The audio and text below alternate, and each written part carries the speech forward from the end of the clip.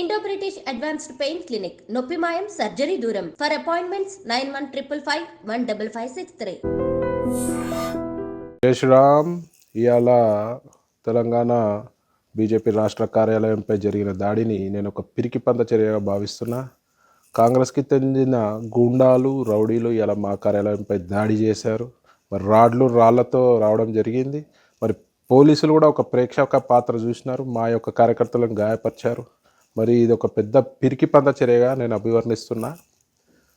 ఇవాళ మా వాళ్ళు వచ్చి ఓపికతోటి మా వాళ్ళు ఓపిక నశిస్తే ఇలా మీ కార్యాలయం ఏమవుతుంటే జస్ట్ శాంపుల్గా మీ గాంధీభవన్ దగ్గర వచ్చి ఫ్లెక్స్లు చింపడం జరిగింది. మరి మా వాళ్ళు ఓపికతోటి ఉన్నారు, మా బీజేపీ సిద్ధాంతాలకు కట్టుబడి ఉన్నందుకు ఒక శాంపుల్ ఇచ్చినాం. మరి మా ఓపిక నశిస్తే మీరు ఆఫ్టర్ ఆల్ 2-3 రాష్ట్రాలలో ఉన్నారు, మిగతా రాష్ట్రాలలో మేము ఉన్నాము. మరి ఇక దేశవ్యాప్తంగా మా దాడులను మీరు తట్టుకోగలుగుతారా అని నేను ఈ సందర్భంగా ప్రశ్నిస్తున్నా.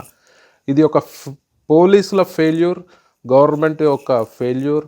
మరి గవర్నమెంట్ రేవంత్ రెడ్డి గారు దీనికి బాధ్యత వహించాల్సిన అవసరం ఉంది. ఎవరైతే దాడికి పాల్పడ్డారో, ఎవరైతే దాడికి ఉసిగొల్పారో వాళ్ళని వెంబడే అరెస్ట్ చేసి వాళ్ళని హత్యాయత్నం కేసుల కింద అరెస్ట్ చేయవలసిందిగా నేను డిమాండ్ చేస్తున్నా.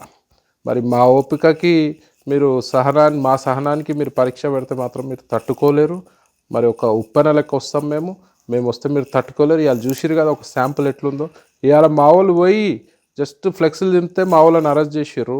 మా యొక్క కార్యకర్తల నెత్తులు వలగొట్టిర్రు, రక్తపాతం చూసిర్రు. మరి వాళ్ళని ఏ కేసుల కింద అరెస్ట్ చేస్తుర్రు మరి రేవంత్ రెడ్డి గారు చెప్పవలసిన బాధ్యత ఈ రాష్ట్ర ముఖ్యమంత్రిగా ఉంది.